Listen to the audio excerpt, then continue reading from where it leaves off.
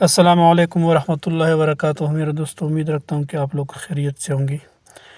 دوستوں، آج ایک اور واقعہ سنانا چاہتا ہوں۔ تبوک کی سفر میں قوم سمود کی بستی پر گزر، اس کے بارے میں آپ لوگوں کو آگاہ کرنا چاہتا ہوں۔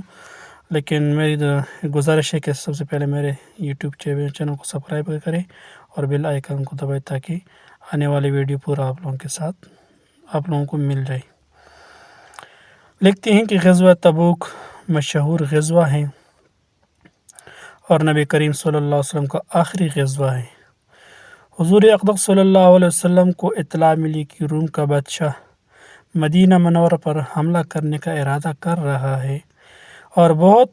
بڑا لشکر لے کر شام کے راستے سے مدینہ کو آ رہا ہے۔ اس خبر پر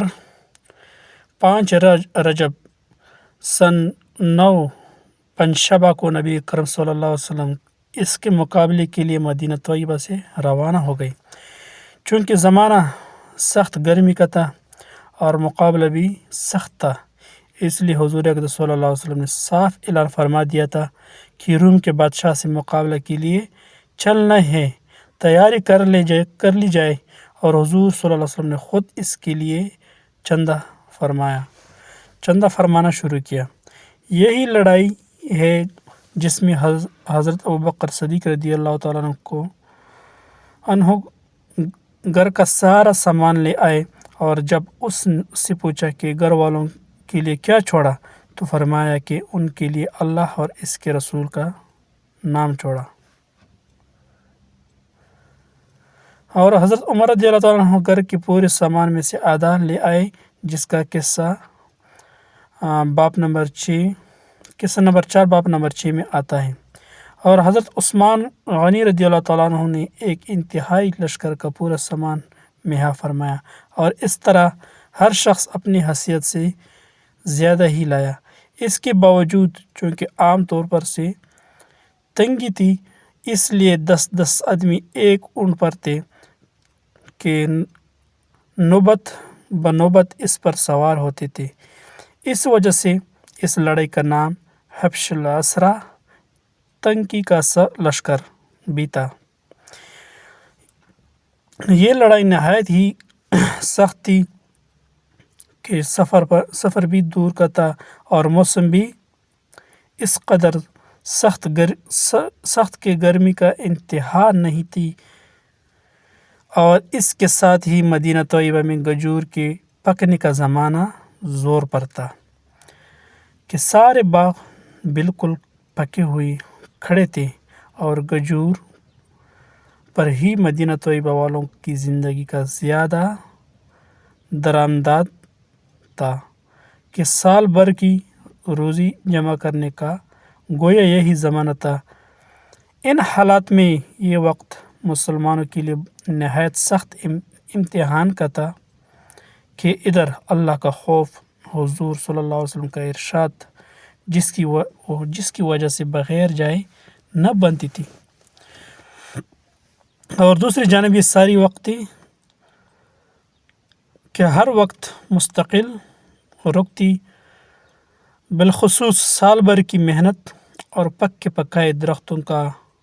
یوں بیار و مددگار چھوڑنا جتنا مشکل تھا وہ ظاہر ہے،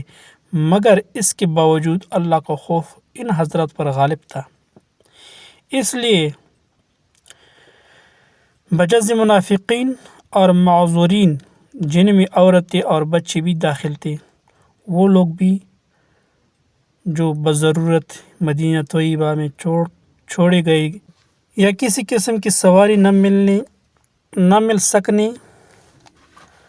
کی وجہ سے روتے ہوئے رہ گئے، جن کے بارے میں تولوا واعینہم تفیض من الدمع نازل ہوئی، اور سبھی حضرات ہمر کعب تھے۔ البتہ 3 حضرات بلا عذر کے شریک نہیں تھے، جن کا قصہ آئندہ آ رہا ہے۔ راستے میں قوم سمود کی بستی پر گزر ہوا تو حضور اقدس صلی اللہ علیہ وسلم نے دامن سے اپنے چہرہ نور کو ڈھانک لیا اور اونٹنی کو تیز کر دیا، اور صحابہ رضی اللہ عنہ کو بھی حکم فرمایا کہ یہاں سے تیز چلو اور ظالموں کی بستیوں میں سے روتے ہوئے گزرو اور اس سے ڈرتے ہوئے گزرو کہ تم پر بھی خدا نخواستہ وہ عذاب کہیں نازل نہ ہو جائے جو ان پر نازل ہوا تھا۔ فائدے میں لکھتے ہیں کہ اللہ کا پیارا نبی صلی اللہ علیہ وسلم اور لاڈلا رسول صلی اللہ علیہ وسلم عذاب والی جگہ سے ڈرتا ہوا، خوف کرتا ہوا گزرتا ہے، اور اپنے جان نثار دوستوں کو جو اس سخت مجبوری کی وقت میں بھی جان نثاری کی ثبوت دیتے ہیں، روتے ہوئے جانے کا کیا حکم فرمایا کہ خدا نخواستہ وہ عذاب ان پر نازل ہو جائے۔ ہم لوگ کسی بستی میں زلزلہ آ جائے تو اس کو سیرگاہ بناتے ہیں، کھنڈروں کی تفریح کو جاتے ہیں، اور رونا تو دور درکنار رونے کے خیال بھی دل میں نہیں لاتے۔ بس میرے دوستو، یہ ایک